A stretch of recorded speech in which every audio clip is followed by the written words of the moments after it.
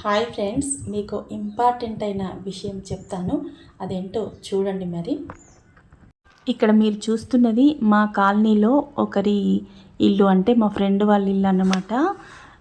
ఎవరికైనా septic tank, నల్ల సంపులు ఇలా పక్క సందులోనే ఉంటాయి కదండి.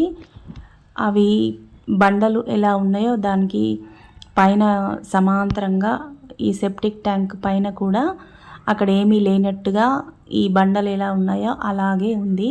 ఇంకా వాళ్ళ అబ్బాయి బాత్రూమ్కి వెళ్ళాడట. స్కూల్కి టైం అవుతుంది, ఇంకా ఎంతసేపు వెళ్తావు అని పిలవడానికి వచ్చింది వాళ్ళ అమ్మ. ఒక కాలు దీని మీద వేసిందట.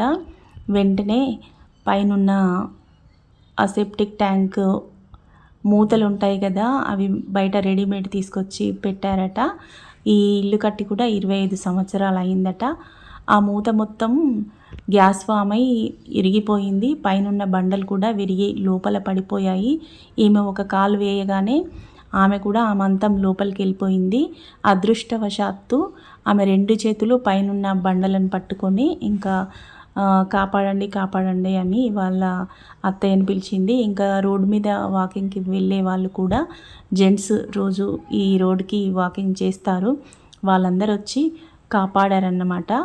త్రుటిలో ప్రాణాపాయం అయితే తప్పింది. ఇంకా ఇది సెప్టిక్ ట్యాంక్ వెంటనే క్లీన్ చేసి పెట్టారు వాళ్ళు. అంతకుముందైతే ఇంకా పైన మొత్తం నిండుగా ఉండిందట ఆమె పడిపోయినప్పుడు. ఇంకా చేతుల పైన ఎంతసేపు ఆపుకోగలం చెప్పండి. మన మనిషి బరువంతా ఆపలేం కదా. ఎంత ప్రమాదం తప్పిందో చూడండి. ఎవరైనా సెప్టిక్ ట్యాంక్ ఇలా కట్టుకున్నప్పుడు కొంచెం ఎత్తుగా కట్టి పెట్టుకోండి. ఇలా వాకిలికి సమానంగా అక్కడ ఏమీ లేనట్టుగా కట్టి పెడితే ఇలాంటి ప్రమాదాలే జరుగుతాయి. ఇంకా దాని మీద బిల్ల కూడా మనం స్టాండర్డ్గా చేపించి వేయించుకోవాలి. రెడీమేడ్వి తెచ్చి వేస్తే ఇలా విరిగిపోతాయి, గ్యాస్ ఫామ్ అయ్యి. చాలా సంవత్సరాలు అయింది కాబట్టి ఇలా విరిగిపోయింది. ఎవరైనా ఇలాంటివి కట్టించేటప్పుడు చాలా జాగ్రత్తగా కట్టించుకోవాలండి. అక్కడ మనకు సెప్టిక్ ట్యాంక్ ఉన్నది అన్నట్టుగా తెలిసేలాగా కొంచెం ఎత్తు మీద కట్టుకోవాలి.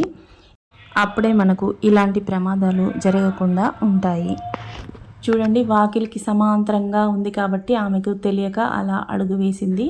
ఇక్కడ చూడండి, సంపుకు ఎలా అయితే ఇలా ఎత్తుగా కట్టి పెట్టారో మన సెప్టిక్ ట్యాంక్ కూడా కొంచెం ఎత్తుగా ఉండే మూతలను పెట్టుకున్నామనుకోండి, అక్కడ మనకు సెప్టిక్ ట్యాంక్ ఉందన్న ఆలోచనతో దానిపైన మనం అడుగులు వేయకుండా ఉంటుంది. ఏమంటారు? నిజమే కదా.